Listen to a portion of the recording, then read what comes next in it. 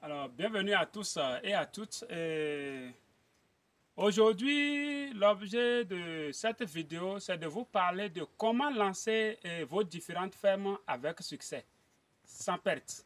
Parce que un peu partout où je passe pour travailler, j'ai rencontré plusieurs fermes où les gens ont fait des faillites et les activités lancées n'ont pas prospéré. Donc, j'ai jugé utile quand même d'apporter un peu de conseils sur comment organiser la vie de la ferme pour éviter ces pertes-là. D'abord, en achetant votre domaine, vous devez prendre en compte l'accessibilité. Donc, à l'achat du domaine, il faut tenir compte de l'accessibilité. Est-ce qu'il y a la voie d'accès? C'est-à-dire, est-ce qu'il y a l'accès ou est-ce que facilement on peut faire un chemin jusqu'à aller sur le site? Il faut tenir compte de ces paramètres-là. Et l'autre chose, il faut tenir compte de, c'est-à-dire la position géographique du domaine selon ses moyens. Quand je parle de position géographique selon ses moyens, c'est pour dire que, par exemple, quelqu'un qui n'a pas assez de moyens, lorsque le domaine n'est pas proche d'un bas-fond, ou lorsque le domaine n'est pas proche d'un bas-fond, ça veut dire que pour avoir l'eau, ça va lui prendre plus de dépenses. Le puits, ça sera difficile. Il lui faudra un forage, alors qu'il n'a pas les moyens pour un forage. Mais lorsque vous n'avez pas assez de moyens et vous achetez le domaine d'abord, il ne faut pas acheter moins de 2 hectares.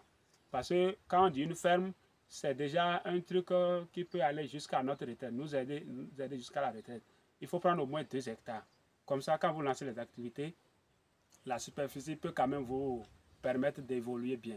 Et si c'est proche d'un bas-fond, l'avantage que vous avez, c'est que le puits, la nappe d'eau n'est pas loin. Donc, votre puits ne sera pas profond si vous voulez commencer avec un puits.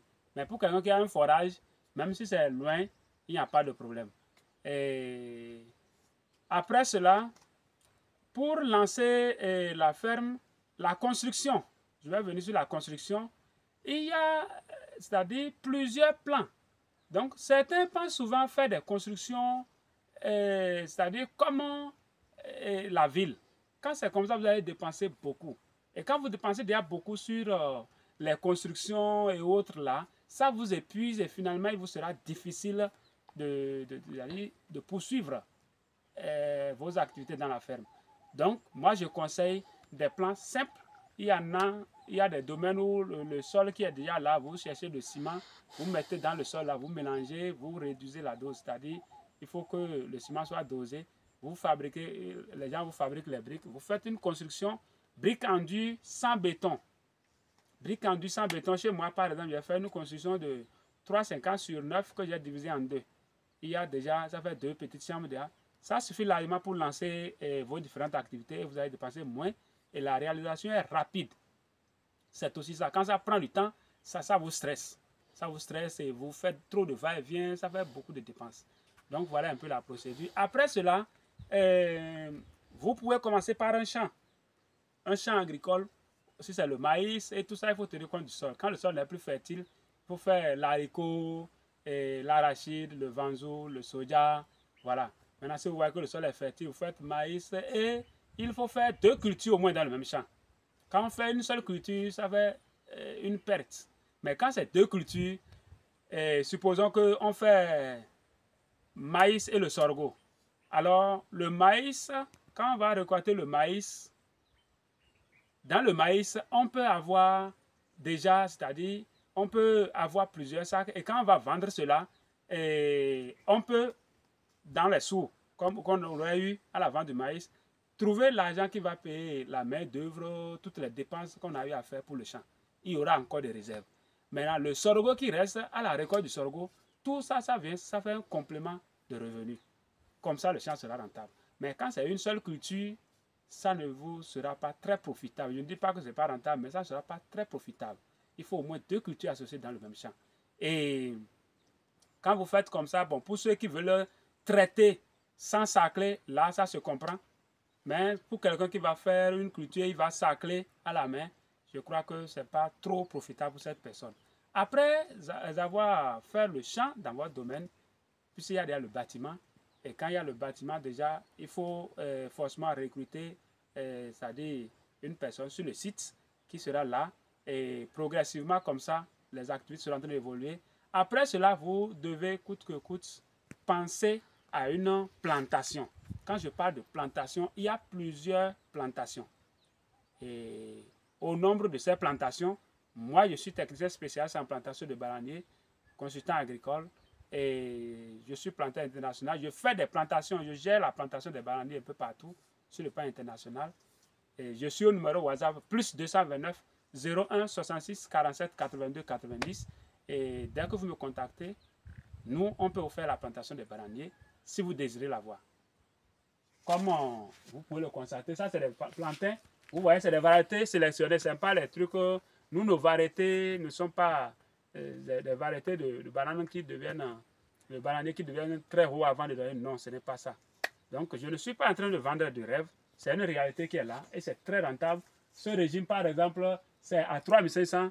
On va le vendre ici à Parakou, au Nord Bénin. Parce que le produit n'est pas disponible sur le marché. Et vous êtes d'accord avec moi que quand on produit un produit rare, forcément la rentabilité sera très très élevée. Parce que la demande est là. Ce n'est pas qu'il n'y a pas la demande. La demande est fortement là. Donc, et la bananeraie, ça se multiplie sérieusement. Donc, on peut commencer avec 500 plants. À la première récolte, on aura 500 régimes. Si le régime est vendu à 2500, ça fait 2500 fois 500. Vous voyez, vous imaginez. Et à la deuxième production, ça ne fera plus. Ces variétés font 8 mois pour produire. La deuxième production ne fera plus 8 mois. Le nombre de mois va diminuer parce qu'au même moment que les premiers plants évoluent, il y a les régions déjà qui suivent. Donc après la première récolte, la deuxième récolte, c'est espéré 5 mois après. Et voilà. Ça fera, à la deuxième production, on aura au moins le triple de ce qu'on avait eu au départ. Donc, pensez à la bananeraie, à la production de la banane. C'est une filière très rentable. Et vous pouvez déjà penser à cette plantation-là dans votre ferme. Et aussi la plantation des papayers. Les papayers, c'est des fruits aussi très prisés. Après cela, vous pouvez penser aux orangers et à d'autres fruits que vous connaissez. Peut-être que je ne connais pas. Vous pensez à ces plantations-là parce que c'est des produits, c'est très rentable. Celle-là, il n'y a pas trop de dépenses auxiliaires autour.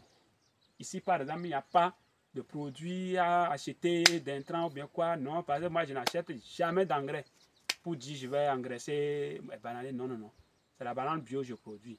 Alors, ajouter à cela, vous pouvez maintenant, quand votre plantation aurait déjà prise, vous pouvez maintenant lancer l'élevage.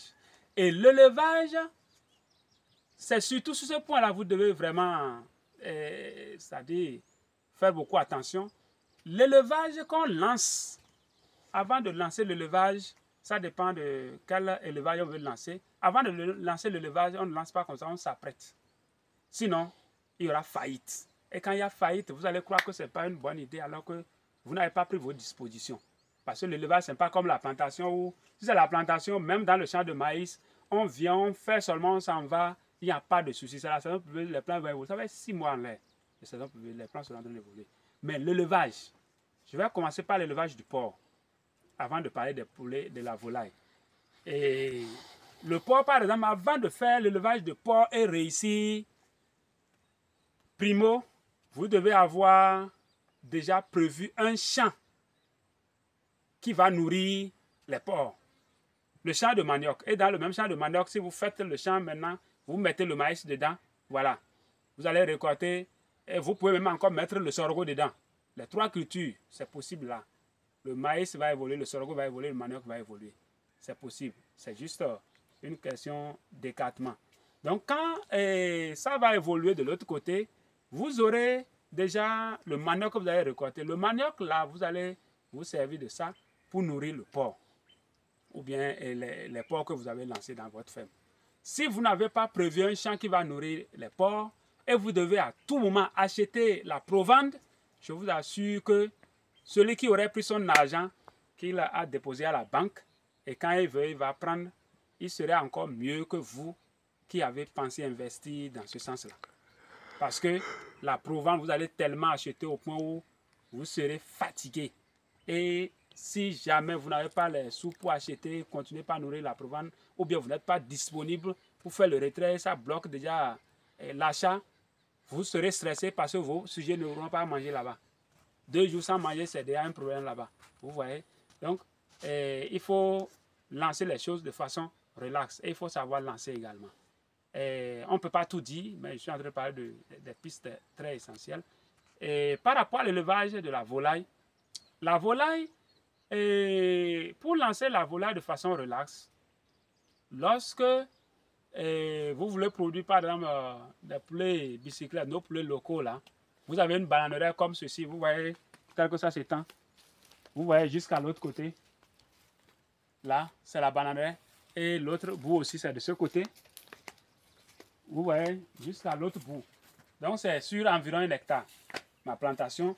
Donc, l'hectare, par exemple, vous lancez, vous avez cette plantation-là. Votre volaille, vous pouvez faire jusqu'à, vous pouvez avoir jusqu'à 500 sujets de volailles qui vont se balader dedans et se nourrir. Il y a les insectes, les vers de terre. Et comme ça, quand vous trouvez un peu seulement de nourriture là, ou soit vous composez leur provence ou bien en tout cas vous avez acheté ou bien si c'est quoi, juste un peu, et c'est par moment. Dans la semaine à peine, si vous leur donnez 3 fois déjà, c'est suffisant pour eux parce que le reste là, ils seront en balade et ils vont toujours se nourrir. Et ça va évoluer 5 sur 5. Là, vous dépensez moins. Et quand vous dépensez moins sur l'élevage comme ça, c'est là que vous pouvez vraiment sentir la rentabilité. Mais s'il faut être toujours à la trousse des provanes, là, ça ne sera pas rentable tel que vous le souhaitez. Et pour ceux qui veulent lancer l'élevage à grande échelle, et la volaille, les poulets bicyclettes ou bien les poules pondeuses dans les fermes, ils veulent faire 1000, 3000, 500 têtes ou bien 5000 têtes. Pour le faire, c'est bon. Mais, comme je le dis, il faut toujours tenir compte de ces atouts disponibles. Il ne faut pas toujours compter sur le salaire pour le faire. Quand c'est comme ça, vraiment, vous allez tourner à perte. Et pour lancer de l'élevage à haute densité comme ça, là, il faut déjà prévoir, si vous avez peut-être 10 hectares, 15 hectares, 20 hectares, vous savez que l'année prochaine, vous voulez déjà démarrer avec l'élevage. Vous prenez cette année 5 hectares. Vous faites la culture de maïs et sorgho. C'est disponible. Et un peu de soja. C'est disponible. Les bâtiments, vous les confectionnez cette année. Et dès que vous récoltez déjà, vous lancez maintenant votre élevage. Vous n'allez pas tout acheter. Vous avez déjà produit, le stock est là dans le magasin. Vous prenez de là, vous composez, c'est-à-dire la provence là, vous confectionnez et vous nourrissez vos animaux. Comme ça également, vous allez mieux vous en sortir. Mais s'il faut chaque fois faire recours à la provence, acheter, je ne crois pas. Vous voyez, voilà. Et à part cela, par rapport aussi au lancement des activités, moi j'ai fait une remarque dans mes parcours et tout ça.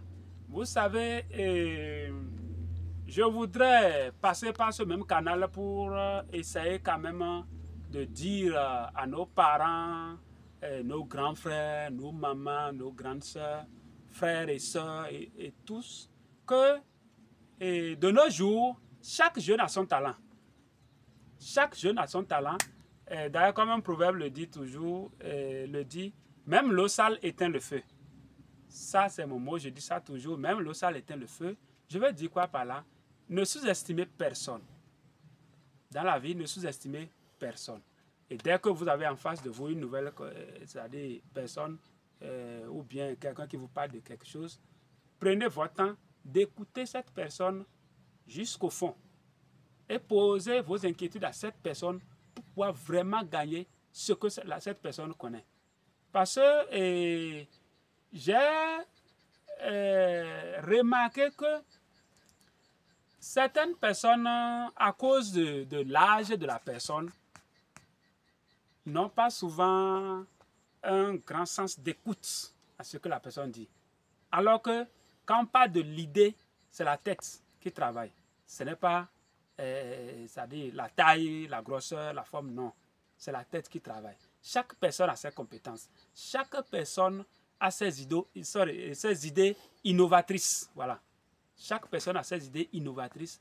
Donc, quel que soit votre rang social, quel que soit votre âge, quelle que soit votre position, c'est-à-dire sociale, je crois que même votre propre enfant à la maison, s'il est en train de vouloir vous parler, c'est-à-dire partager ou bien vous parler de quelque chose, ne l'ignorez pas tout de suite.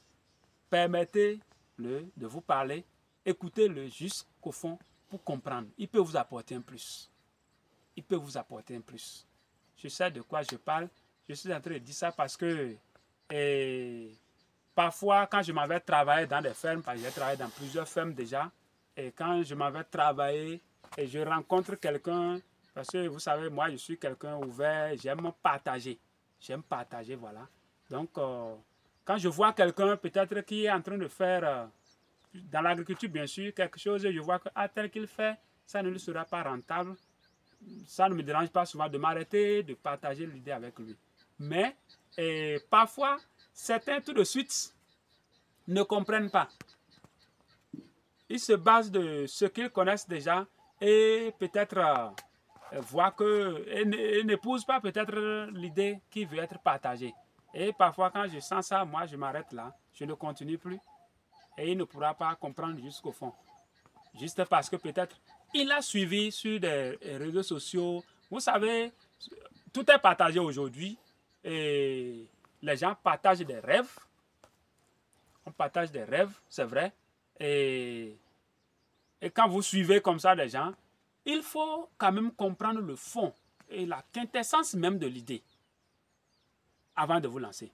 Sinon, vous allez suivre, c'est-à-dire quelqu'un, par exemple, qui va dire qu'il fait peut-être une rentabilité de 500 millions par an et montrer de belles images et tout. Vous allez voir et croire que, en même temps, vous croyez que si vous lancez ça comme ça, c'est comme ça que vous allez gâcher, alors que ce n'est pas ça. Il faut savoir adapter les choses.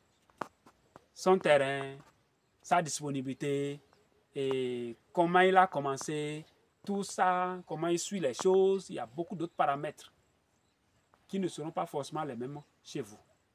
Donc, c'est ce que j'avais à partager avec vous aujourd'hui.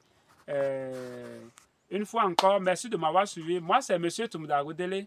Je suis béninois, je réside au Bénin, plus précisément à Parakou. Et donc, je suis disponible pour n'importe quelle information vous désirez avoir plus. Je suis au numéro WhatsApp plus 229 01 66 47 82 90. Dès que vous me contactez, je vais vous répondre. Et comme je le dis toujours dans la même lancée, quand vous avez une ferme agricole, vos enfants, le bien que ça fait même d'abord à vos enfants, vous ne pouvez pas imaginer. Nous sommes à une ère où déjà chacun doit prévoir l'emploi de ses enfants. Oui, en cas de question. Voilà pourquoi quand vous avez une ferme agricole, vos enfants, quand ils finissent les études, ils ne sont pas occupés. Déjà, à force de venir faire un peu dans votre propre ferme et se lancer un peu, ils s'adaptent. Ils s'adaptent et plus facilement, ils vont se lancer dedans avec le temps. Mais quand tout d'un coup, ils n'ont jamais fait la chose et tout d'un coup, ils sont confrontés à des difficultés, ils doivent le faire, c'est souvent très pénible comme ça. C'est souvent très pénible. Donc, quand vous créez des fermes agricoles, et comme ça, progressivement, vos enfants, vont leur initier, ils vont prendre l'habitude. Avec le temps, vous allez voir, ça va prendre. Quand il n'a pas encore d'emploi, il va s'occuper. Et vous-même, le parent, vous ne serez plus stressé parce que vous savez que désormais, il a au moins quelque chose qui l'occupe. Et la rentabilité, l'argent vient de partout. Et l'agriculture est le meilleur domaine au monde qui puisse vraiment, c'est-à-dire, aider les gens, puisque dans l'agriculture, quand on sait se lancer, et vraiment, les risques de perte sont complètement réduits. Les risques de perte sont complètement réduits. Il suffit seulement d'avoir de belles idées, de savoir se lancer, et c'est tout. Vous allez toujours rentabiliser. Donc, merci de m'avoir suivi. N'oubliez pas de vous abonner sur cette chaîne YouTube, parce que ici, moi, je suis toujours dans le partage des idées. Et je présente toujours la réalité, puisque ici, ce n'est pas... Voilà pourquoi je ne travaille pas mes vidéos. Moi, je les publie telles quelles. Voilà, ça c'est le régime plantain. Vous voyez, voilà la taille de bananier. C'est pas haut, vous voyez, c'est des variétés celle-là. Bientôt, je récolte déjà, je mets sur le marché, je vais vendre. La liste est longue dans mon répertoire. Les bonnes dames, acheteuses de bananes, paracou, donc il y en a assez. Et de partout m'appellent. Donc, on ne peut pas produire et satisfaire le marché. Vous savez, il y a des pays où les gens veulent aussi produire de la banane, mais compte tenu des réalités, c'est très difficile. Dans le même temps, certains, nous, par exemple, au Bénin, ici, on a ces atouts-là, un peu partout. Sur les terres fermes, moi je le fais sur les terres fermes, on a ces atouts, il y a d'autres qui sont bien situés pour pouvoir le faire. Hein, vous voyez, et ils ne le font pas. Alors que si vous produisez, même si tout le monde produit au Bénin, on ne peut pas satisfaire le marché. Parce qu'actuellement, la rareté de produits a fait que on ne peut pas dire qu'on va exporter.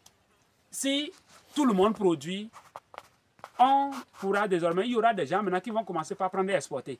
Et quand on exporte, il y a toujours le besoin qui est là. Vous voyez? Donc, il n'y a pas de souci par rapport au marché. Voilà pourquoi j'ai lancé ce projet. J'ai bien étudié les choses. Depuis 2011, j'ai fait après ma formation, j'ai fait un an de formation. J'ai bien étudié le marché, j'ai fait des investigations. J'ai fait au moins des années en train de faire des investigations. Et finalement, j'ai lancé ce projet dans le but d'aider toute personne désireuse d'avoir une bananeraie. Donc, merci de m'avoir suivi. Disons, à la prochaine.